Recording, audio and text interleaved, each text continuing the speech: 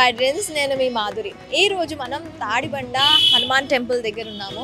దాదాపు 150 సంవత్సరాల చరిత్ర గల ఈ టెంపుల్లో ఎలాంటి కైంకర్యాలు జరుగుతూ ఉంటాయి, స్వామివారికి ఎలాంటి ప్రత్యేక పూజలు జరుగుతూ ఉంటాయి, ఇవన్నీ డీటెయిల్గా తెలుసుకుందాం పదండి.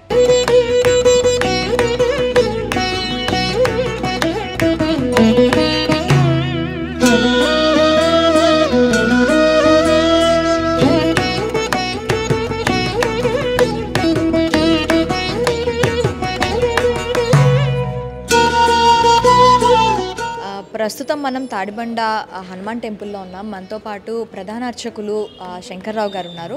ఆయన్ని అడిగి ఇక్కడ అసలు టెంపుల్ హిస్టరీ ఏంటి, టెంపుల్ ఎప్పుడు ఇక్కడ ఇదైంది, ఎప్పుడు దీన్ని గుర్తించారు, ఇది డెవలప్మెంట్ ఎలాంటి ఉన్నాయి, ఇంకా ఇక్కడ ఎలాంటి కైంకర్యాలు జరుగుతాయి, స్వామివారికి ప్రత్యేక పూజలు ఎలాంటివి ఉంటాయి, ఇవన్నీ కూడా అడిగి తెలుసుకుందాం. నమస్తే అండి సార్. ఇప్పుడు తాడిబండ హనుమాన్ టెంపుల్ అంటే చాలా ప్రఖ్యాత ఉన్నది. కాకపోతే ఇది ఎప్పుడు ఇక్కడ స్వామివారిని గుర్తించడం జరిగింది, ఇది మనకి స్వయంభూ అని చెప్పి అంటూ ఉంటారు. సో ఇది ఎప్పుడు దీన్ని గుర్తించడం జరిగింది?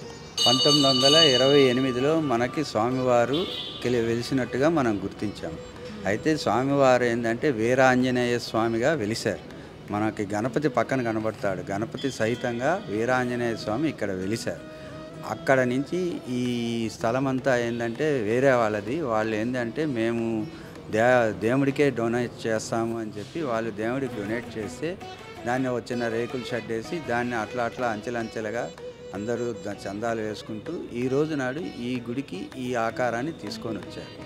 ఇక్కడ స్వామివారికి ఏంది అని అంటే శనివారం మంగళవారం ప్రత్యేక పూజలు చేస్తాము. అట్లానే ప్రతిరోజు కూడా స్వామివారికి అభిషేకము, సింధూర అలంకారము ఉంటుంది, పూల అలంకరణ కూడా ఉంటుంది. శనివారం మంగళవారం ఏంటంటే బంగారు కవచం కానీ వెండి కవచం కానీ పెడతాము. దానికి తగినట్టుగా ఆ రోజు అలంకరణ అవన్నీ చేస్తాం అన్నమాట. ఆ రోజు ఏంటంటే స్వామివారికి ప్రసాదాలు భోగాలు అవన్నీ ఉంటాయి, భక్తులు బుక్ చేసుకుంటారు. అట్లానే ఇక్కడ ప్రసాదము వితరణ అమ్మకం ఉండదు. స్వామివారు ఎంతమంది భక్తులు వచ్చినా సరే వాళ్ళకి ఉచితంగానే ప్రసాదం పంచుతాము. అట్లానే ఏంటంటే ఇక్కడ ఎవరైనా సరే భక్తులు వాళ్ళ కోరికలు తీర్చాలి అని అంటే ముడుపు అని ఉంటుంది. ఇది నేను 38 సంవత్సరాలుగా ఈ గుడిలో చూస్తున్నా. అంతకుముందు నుంచి ఇది ప్రతీక. ఈ గుడి పుట్టిన దగ్గర నుంచి అదే కోరికలు జరుగుతున్నాయని. ఇక్కడ ముడుపు కట్టిన 40 రోజుల్లో స్వామివారు వాళ్ళ కోరిన కోరికల్ని తీరుస్తాడు అన్నది అది గొప్ప నమ్మకం. అట్లానే మేము చాలామందిని కూడా అట్లానే చూసాము. అట్లానే మండల ప్రదక్షిణాలు చేస్తారు. ఈ మండల ప్రదక్షిణాలు చేసేటప్పుడు ఏంటంటే 40 రోజులు ప్రదక్షిణం చేస్తే స్వామివారు వారి కోరిక తీరుస్తారు అన్నది కూడా ప్రతీక. మనం తెల్లవారు ఏంటంటే శనివారం మంగళవారం అయితే 3 గంటలకు గుడి తీస్తాము, మిగతా రోజుల్లో 5 గంటలకు గుడి తీస్తాము. మనము గుడి తీసే టైంకి భక్తులు వస్తారు. 108 ప్రదక్షిణాలు చేసిన వాళ్ళు, 51 ప్రదక్షిణం చేసిన వాళ్ళు ఇట్లా ఉంటారు. వాళ్ళందరూ ప్రదక్షిణాలు చేసుకుంటూ స్వామివారికి వేడుకుంటారు. వాళ్ళు 40 రోజులు ప్రదక్షిణం చేసి పూజకు వచ్చేసరికి అయ్యా మేము ప్రదక్షిణం చేసుకున్నాము, మా కోరిక తీరింది అని మాతోటే చెప్పిన సందర్భాలు చాలా ఉంటుంది. అట్లానే మన జంట నగరాల్లో వాహన పూజలకి ప్రత్యేకత. ఈ వాహన పూజలు ఏంటంటే ఈ జంట నగరాల్లో ఎక్కడ కూడా వెహికల్ తీసుకున్నా సరే ఇక్కడికి వచ్చి కంపల్సరీగా పూజ చేసుకున్నాకనే వాళ్ళు బయటకు వెహికల్ తీస్తారన్నమాట. అది ఒక ప్రత్యేకత ఉన్నది. ఇక్కడ స్వామివారి కైంకర్యాలలో ముఖ్యంగా మీరు ఇందాక చెప్పినట్లు పూర్వభద్ర నక్షత్రానికి సంబంధించి ఎలాంటి అలంకరణలు ఉంటాయి, ఎలాంటి ప్రత్యేక పూజలు ఉంటాయి? ఇక్కడ మనము స్వామివారికి ప్రతిరోజు ఉదయాన్నే అభిషేకం చేసిన తర్వాత మనము చక్కెర పొంగల్ కానీ, బెల్లం పొంగల్ కానీ, రవ కేసరి కానీ, దద్దోజనం కానీ ఉదయం నైవేద్యం ఉంటుంది. మళ్ళీ మధ్యాహ్నం 11:30కి ఆరతి ఇచ్చేటప్పుడు మళ్ళీ బెల్లం పొంగల్ కానీ, చక్కెర పొంగల్ కానీ నైవేద్యం ఉంటుంది. రాత్రికి మళ్ళీ నైవేద్యం రాత్రి 8:30 గుడి బంద్ అయినప్పుడు. కానీ ప్రత్యేకంగా శనివారం మంగళవారం నాడు 9 రకాల ప్రసాదాలు స్వామివారికి నైవేద్యాలు ఉదయం ఉంటుంది, మళ్ళీ మధ్యాహ్నం ఉంటుంది, రాత్రికి ఉంటుంది. పూర్వభద్ర స్వామివారి జన్మ నక్షత్రం. ఆ రోజు నాడు ఏంటంటే ఇంతకుముందు మామూలుగా ఉండేది, కానీ మనకి గుడి ఎండోమెంట్ తీసుకున్న తర్వాత వచ్చే ఈవో మనకి కన్వీనియంట్గా ఉండి స్వామివారికి పూర్వభద్ర నక్షత్రానికి కాబట్టి ప్రత్యేకంగా ఏదైనా మనం ప్రతి నెల చేయాలి అని ఆమె చెప్పడము, మేము కూడా దానికి సరే అనడం వలన స్వామివారికి మన్య సూక్తం అంటే చాలా ఇష్టం. మన్య సూక్తం ఒక్కసారి స్వామివారి ముందర నిలబడి మనము చెబితే మనము చేసుకున్న పాపాలన్నీ పటాపంచలైపోయి అట్లాగనే మనకి ఏది కావాలంటే అది స్వామివారు మన ఎదురుగుండా ఉండి మనకు ఆశీర్వదిస్తూ ఉంటారు. అందుకు మన్యసూక్త హోమం పెడదాము అని చెప్పి ప్రతి పూర్వభాద్రకి మన్యసూక్త హోమం ఉంటుంది. అట్లానే ఏంటంటే ఒక్కొక్క పూర్వభాద్రకి స్వామివారికి ఒక్కొక్క రకమైన అలంకారం, తమలపాకుల అలంకారం అని, తులసి అలంకారం అని, తర్వాత చామంతుల అలంకారం అని, స్వామివారికి వడల ఇష్టం అలాగని వడల అలంకారం అని, ఇక మొత్తం మనకి ఎన్ని అయితే ఉంటాయో అన్ని రకాల అలంకారాలు, స్వామివారికి పండ్లతో అలంకారము, ఇట్లా ఒక్కొక్కటి విశేషంగా చేస్తాం అన్నమాట. అట్లానే భక్తులు ఏంది అని అంటే ఇన్నాళ్ళు వాళ్ళకి అందుబాటులో లేదు, ఇప్పుడు అందుబాటులోకి వచ్చింది కాబట్టి అభిషేకం చేసుకునే భక్తులు ఆ అభిషేకానికి వస్తున్నారు, హోమం చేసుకునే భక్తులు హోమానికి వస్తున్నారు. అలాగే అలంకారానికి వచ్చే భక్తులు కూడా అలంకారం మేము ఈ నెలలో చేపిస్తామంటే మేము ఈ నెలలో చేపిస్తామని చెప్పేసి వస్తున్నారు. అయితే ఇవన్నీ ఏంటంటే మాకు దేవాలయ అధికారులు మాకు కోఆపరేషన్ చేయడము, మేము ఈ అలంకారాలు చేస్తూ ఉండడము, ఇవన్నీ ఒక ఎత్తు అయితే ఈ అలంకారాలని మీడియా వాళ్ళు ప్రత్యేకంగా వచ్చి ఈ అలంకారాలని భక్తులకు చూపించి ఈ దేవస్థానం యొక్క ప్రత్యేకత ఇదని చెప్పడం వల్ల కూడా ఇంకా భక్తులు బాగా, మేము మొన్న టీవీలో చూసామండి, చాలా అలంకరణ బాగుందండి, ఆ అలంకారం మేము చేసుకుంటే బాగుంటుంది. ఇట్లా మీడియా వాళ్ళు కూడా స్వామివారి యొక్క గొప్పదనాన్ని గుర్తించి వాళ్ళు ప్రజల్లోకి తీసుకొని వెళ్ళారు. కాబట్టి స్వామివారికి ఎటువంటి లోటు లేకుండా ప్రతి పూర్వభాద్రకి ఒక్కొక్క రకమైన, ఒకరోజు అరటి చెట్లు గంధమాదన దీంట్లో ఉండాలని చెప్పి స్వామివారికి ఒకరోజు మొత్తం దేవాలయంలో అరటి చెట్ల అలంకారం. అట్లాగే ఏంటంటే ఆయనకి ఏమైతే ఇష్టం ఉంటాయో అన్ని రకాలతోటి స్వామివారికి ప్రతి పూర్వభాద్రకి అలంకారం చేస్తాం. అలంకారం చేసిన తర్వాత వచ్చే భక్తులకి ప్రసాదాలు ఇస్తాము, ఎవరైతే చేయించుకున్నారో వాళ్ళకి. అలాగనే గుడికి దేవాలయానికి వచ్చే ప్రతి భక్తుడికి ఉచితంగానే ప్రసాదం పెడతాం. ఇది ఈ దేవాలయం యొక్క ప్రత్యేకత.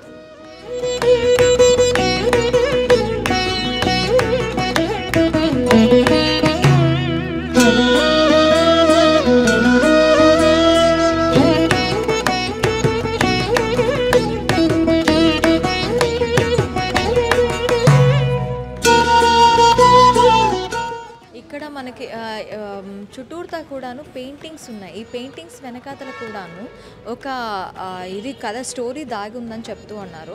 ఇవి సుందరకాండ నుంచి తీసుకున్న ఘట్టాలా లేకపోతే వేరే ఎక్కడి నుంచైనా తీసుకున్న ఘట్టాలా? స్వామివారు జీవిత చరిత్ర అంటే జనరల్గా మనం ఆంజనేయ స్వామి అంటే రామాయణం అనుకుంటాం. ఎందుకంటే రాముడికి ఆంజనేయ స్వామికి ఉన్న అవినాభావ సంబంధం వల్ల ఏంటంటే ఆంజనేయ స్వామి రామాయణం అంటాం. కానీ ఆంజనేయ స్వామి జీవిత చరిత్ర పూర్తిగా తెలుసుకోవాలి అనుకున్న వాళ్ళు ఎవరైనా సరే పరాశర సంహిత అనే ఒక గ్రంథం ఉన్నది. ఆ గ్రంథము 18 వాల్యూమ్స్ ఉంటాయన్నమాట. ఆ గ్రంథంలోని చూస్తే మనకి స్వామివారి యొక్క మొత్తం జీవిత చరిత్ర మనకి తెలుస్తుంది. అట్లానే ఈ దేవాలయానికి వచ్చిన తర్వాత ఉష్ణవాహనం, ఉష్ణం అంటే ఒంటె, ఉష్ణవాహనము ఎందుకు పెట్టారని చాలామంది భక్తులు అడుగుతారు. ఉష్ణవాహనము స్వామివారికి వాహనము. ఎందుకు ఉష్ణ అనే చాలామంది ఏంటంటే గజవాహనం ఉంటుంది, హంసవాహనం అంటే ఒంటె, గజవాహనం ఉంటుంది, హంసవాహనం ఉంటుంది, గరుడ వాహనం ఉంటుంది. ఉష్ణవాహనం చూడలేదు. ఉష్ణవాహనం అంటే స్వామివారు ఆంజనేయ స్వామి అంటే వాయువేగం, వాయుదేవుడు పుత్రుడు వాయువేగంతో ప్రయాణిస్తూ ఉంటారు. ఆ వాయువేగంతో ప్రయాణించినప్పుడు నేను స్మరించుకుంటే స్వామివారు గాలిలో వచ్చి రాను, మనకు గాలి కనబడదు. అట్లానే స్వామివారు వచ్చి వెళ్ళిపోయారంటే నేను వచ్చిన వెళ్ళిపోయాను అంటారు. కానీ గాలి మనకు కనబడుతూ స్వామివారిని మనం చూడలేము. అందుకు ఒక భక్తుడు ఆయన గురించి తపస్సు చేసి, స్వామి నువ్వు వాయువేగంతో వచ్చిపోతుంటే నిన్ను కనులారా వీక్షించాలంటే భక్తుడి వశం కావట్లేదు, కాబట్టి నువ్వు అతి నెమ్మదిగా నడిచే దీని మీద వస్తే, జంతువు మీద వస్తే, వాహనం మీద మిమ్మల్ని కనులారా తరిస్తాము అని చెప్పి భక్తుడు కోరుతాడు. ఆ కోరిక మీద అతి నెమ్మదిగా నడిచే వాహనము ఒంటె. అయితే మనం తాబేలు కూడా ఉంటుంది అని, అది కూడా నెమ్మదిగా నడుస్తుంది అని అందరూ కొంతమంది క్రాస్ చేశారు. కాకపోతే ఏంటంటే అది ద్విచరము, అవతల అటు ఉంటుంది, యువతలు ఇటు ఉంటుంది. కానీ ఈ ఒంటె అన్నది ఇటు పక్కనే, ఎంత ఇసుకలోనైనా సరే ఎక్కడైనా సరే నిదానంగా దాని యొక్క పద్ధతిగా అది చేసుకుంటూ వెళ్తుంది. కాబట్టి ఒంటెని వాహనంగా చేసుకొని స్వామివారికి కళ్యాణమైంది. కళ్యాణము అదేంది, బ్రహ్మచారి కదా అంటారు. ఎప్పుడైనా సరే మగవాడి జీవితంలో 3 దశలు ఉంటాయి.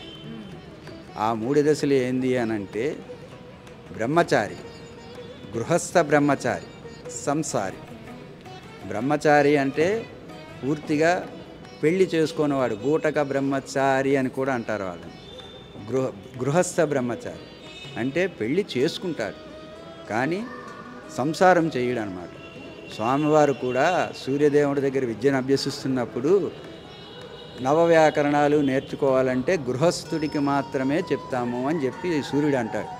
అయ్యా నేను బ్రహ్మచారిని, పెళ్లి చేసుకోమంటే నాకెట్లా కుదురుతుంది, మరి నువ్వు పెళ్లి చేసుకోకపోతే నువ్వు చెప్పనంటే నేను పండితుడిని ఎట్లా అవుతాను, ఈ చిక్కుముడికి అర్థం నువ్వే ఇవ్వాలంటే అప్పుడు ఆయన చెప్తాడు, నువ్వు వివాహం చేసుకో, సంసారం చేయకు, ఈ కల్పంలో నీకు వివాహం అవుతుంది, ఆమె తపస్సుకు వెళ్ళిపోతుంది, వచ్చే కల్పంలో నీకేంది అని అంటే వివాహం కళ్యాణాలు జరిపిస్తారు భక్తులు అని చెప్పి అంటారు.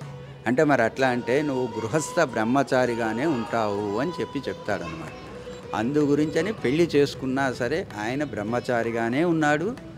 ఈ కల్పంలో మనము జ్యేష్ఠ శుద్ధ దశమి నాడు ఆయన వివాహం అయింది కాబట్టి ఆ సందర్భంగా ఆయనకి కళ్యాణం మనం గుళ్ళో జరిపిస్తాం.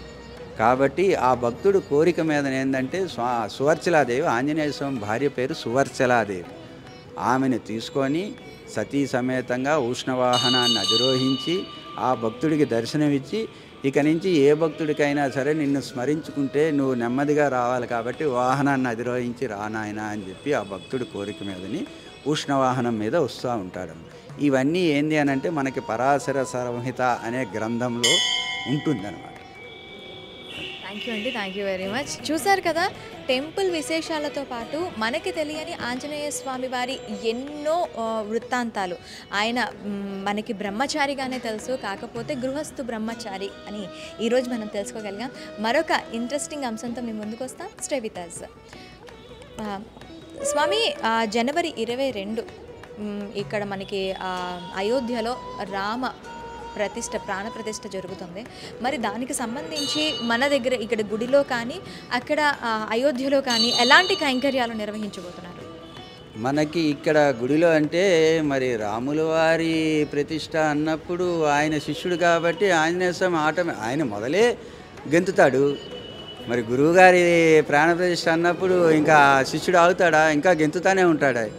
అందుకే మొన్న ఎవరో భక్తుడు, ఆ భక్తుడు ఈ భక్తుడిని ఈ గురువుగారు నమ్ముకుంటే ఈ గురువుగారు ఆ గురువుగారి దగ్గరికి ఏంటంటే లడ్డు 1265 కిలోల లడ్డూని ఒక భక్తుడు తయారు చేసి ఆంజనేయ స్వామి గుడి దగ్గర నుంచి మేము యాత్ర ప్రారంభిస్తామని ఎందుకు అన్నారంటే ఆయనకి మన తాడబందు గుడి అంటేనే ఆయనకి ఇష్టమట. అందుచేత ఆయన ఆ లడ్డూని తెచ్చి మనకిక్కడ పెడితే ఇక్కడి నుంచి స్వామివారు ఏంటంటే మా గురువుగారికి నేను చేరుస్తాను, మీరు చేర్చేది ఏందని చెప్పి ఆయన నేను కాపలా వస్తానని చెప్పి ఈయన వెళ్ళి లడ్డూని అక్కడ చేరుస్తున్నాడు అనమాట. అందుచేత ఏంటి అని అంటే రకరకాల మంది భక్తులు, అది ఏమైనా చిన్న కార్యక్రమం కాదు కాబట్టి ఎవరికి తోచిన విధంగా వాళ్ళు తీసుకొని వెళ్తున్నారు, ఎవరు ఉడతా భక్తిగా వాళ్ళు చేస్తున్నారు. అయితే ఆ కార్యక్రమంలోని మా స్వామివారు మాకు ఆదేశించింది ఏంది అని అంటే మనందరం అనుకుంటాం మేము చేస్తూనే ఉంటాం, మనం చేయట్లేదు. ఆయన స్వామివారు మాకు ఇచ్చింది ఏంది అని అంటే, బాబు మా గురువుగారి ప్రాణప్రతిష్ఠ జరుగుతుంది, మన గుళ్ళో కూడా ఏదైనా చేయాలి కాబట్టి కార్యక్రమాలు పెట్టండి, ఏదైనా చేద్దాము అని మా గురువుగారు మాకు చెప్తున్నారంటే ఆయన డైరెక్ట్గా వచ్చి చెప్పరు, ఎవరి ద్వారా ఆదేశం వస్తుంది. మాకు ఆదేశాన్ని అనుసరించి ఆ రోజు ఏంటంటే ఉదయం ఈయనకి ఇష్టమైన మణిసూక్తంతో అభిషేకం, ఈయనకి బలం రావాలి కదా, మళ్ళీ గురువుగారి కార్యక్రమంలో డ్యాన్స్ చేయాలంటే ఈయనకి బలం రావాలి కాబట్టి ఈయనకి మణిసూక్తంతో అభిషేకం చేసి అట్లానే ఏంటంటే రామనామ సంకీర్తన చేసి అభిషేకం అవగానే రామనామ సంకీర్తన పెట్టి అట్లానే వాళ్ళ గురువుగారికి ఇష్టమైన తులసి దళాలతో ఈయనకి అర్చన చేసి అట్లానే సాయంత్రం ఏంది అని అంటే సుందరాకాండ సహితంగా రామనామ సంకీర్తన అని ఒక కార్యక్రమం పెట్టి ఆ కార్యక్రమాన్ని కూడా స్వామి భక్తులందరికీ వీణులుగా వినిపించాలని మేము ఆ రకంగా ఇక్కడ కార్యక్రమాలు పెట్టాం. అయితే జనరల్గా మా టైమింగ్స్ ఏంటంటే ఉదయం 5 గంటల నుంచి 11:30, సాయంత్రం 4:30 నుంచి 4 గంటల నుంచి రాత్రి 8:30కి మేము బంద్ చేస్తాం. కానీ వీళ్ళ గురువుగారు ప్రతిష్ట మాకు ఈయన గురువుగారు కాబట్టి ఈయన సంతోషంగా ఉండడానికి ఆ రోజు భక్తులకు కూడా దర్శనం చేసుకోవడానికి అవకాశం ఇవ్వాలని ఆ రోజు మొత్తంగా గుడిని తీసిపెట్టి ఉంచి ఆ గురువుగారి తాలూకా ప్రోగ్రామ్ని లైవ్ పెట్టించడానికని ఇక్కడ పెద్ద స్క్రీన్ ఏర్పాటు చేసి ఆ స్క్రీన్ ద్వారా మన గుడికి వచ్చే భక్తులు, అక్కడికి వెళ్ళలేని వాళ్ళు ఇక్కడికి వచ్చి దర్శించుకునే వాళ్ళు చాలామంది ఉంటారు కాబట్టి ఈ స్క్రీన్ ద్వారా వాళ్ళు కూడా దర్శించుకోవాలని చెప్పి కోరిక మీదని స్క్రీన్ పెట్టించి భక్తులందరికీ దర్శన కార్యక్రమాన్ని ఏర్పాటు చేసి అట్లానే మన గుడిలో మనము ఉడతా భక్తిగా మనం ఇవన్నీ చేస్తూ ఉన్నాం అన్నమాట. ఇది మేము మా గుడిలో శ్రీరామ అయోధ్యలో ప్రతిష్ట కార్యక్రమం తరఫులో మా గుడి నుంచి మేము చేస్తున్న ఈ చిన్న కార్యక్రమం.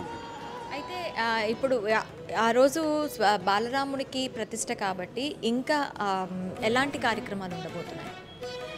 ఆ రోజు నాడు చాలామంది, అది మనము మాటలలో చెప్పాలనేటటువంటి కార్యక్రమం. అట్లానే నేను చెప్పడానికైనా మీరు అడగడానికైనా మనకే మాటలు వణుకుతున్నాయి. ఎందుకంటే ఆ నామం తలుచుకుంటేనే మనలో ఒక వైబ్రేషన్ వచ్చేస్తుంది. మనం అది ఏంది అని అంటే వరల్డ్ వైడ్గా జనాలు, ప్రపంచ భక్తులు వస్తున్నారు. దానికి కార్యక్రమాలకు ఒక్కొక్కటి చేస్తూ ఉన్నారు, ఒక్కొక్క రకంగా ఇది చేస్తూ ఉన్నారు. కాబట్టి ఇది నభూతే నభవిష్యత్ అన్నట్టుగా ఉంటుంది అని ప్రతి ఒక్క భక్తుడు నమ్ముతున్నాడు. కాబట్టి ఆ రేంజ్లోనే ప్రతిష్ట ఉంటుంది, అంతకి ఇంకా ఏమాత్రం తగ్గదు అని మా నమ్మకం. థ్యాంక్ యూ అండి, థ్యాంక్ యూ వెరీ మచ్. చూసారు కదా, జనవరి 22న ఇక్కడ కూడా అక్కడ పోటీ పడుతూ ఇక్కడ కూడా స్వామివారికి కైంకర్యాల్లో భాగంగా ప్రత్యేక పూజలు నిర్వహిస్తాము. అక్కడ ఏదైతే అయోధ్యలో ప్రాణప్రతిష్ఠ జరుగుతుందో ఆ ప్రాణప్రతిష్ఠకి సంబంధించి ఏదైతే పూజలు అక్కడ నిర్వహిస్తుంటారో వాటిని ఇక్కడి భక్తులు, అక్కడికి వెళ్ళలేని భక్తులు ఇక్కడికి వచ్చి లైవ్ స్క్రీన్ ద్వారా చూసే అవకాశాలు కూడా కల్పిస్తున్నామంటున్నారు. మరొక అంశంతో వస్తాం. Stay with us.